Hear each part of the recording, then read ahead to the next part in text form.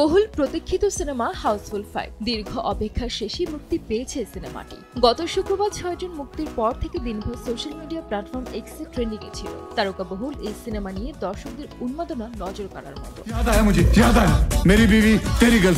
বলিউডের জনপ্রিয় কমেডি সিনেমার তালিকায় প্রথম দিকেই রয়েছে হাউসফুলের নাম। দর্শকপ্রিয়তার কারণে সিনেমাটি কয়েকটি সিরিজ নিয়ে এসেছে নির্মাতা।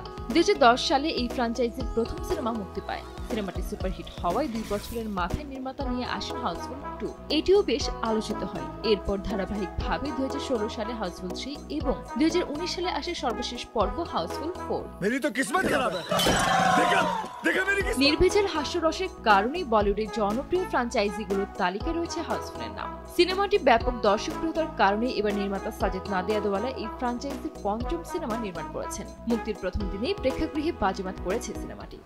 जवाब देने के लिए उन्होंने एक आदमी रखा है। अक्षय कुमार, रितेश देशमुख ও অভিষেক বচ্চন অভিনীত হাউসফুল 5 কে রীতিমতো প্রশংসায় ভাসাচ্ছেন দর্শকরা। আবার অনেকেই সিনেমাটির দুটি ক্লাইম্যাক্স হাউসফুল 5A এবং হাউসফুল 5B নিয়েও কথা বলছেন। এরই মধ্যে সামনে এসেছে এই সিনেমার প্রথম দিনের বক্স অফিস সংগ্রহের তথ্য। ভারতীয় সংবাদ মাধ্যম থেকে জানা যায় হাউসফুল 5 প্রথম দিনে রাত 10টা পর্যন্ত সব ভাষায় প্রায় 23 কোটি রুপি আয় করেছে, যা বাংলাদেশের মুদ্রায় 32 কোটি টাকারও বেশি। যেখানে এই ফ্র্যাঞ্চাইজির আগের কিস্তি হাউসফুল 4 প্রথম দিনে 19.08 কোটি রুপি আয় করেছে। এর আগে 2025 সালের জানুয়ারিতে মুক্তি পাওয়া অক্ষয় কুমারের স্কাই ফোর্স উদ্বোধনী দিনে 11.50 কোটি রুপি আয় করেছিল। সেখানে হাউসফুল 5 প্রথম দিনে 23 কোটি রুপি আয় করে 2025 সালে মুক্তিপ্রাপ্ত অনেক সিনেমার আয়কে অতিক্রম করেছে।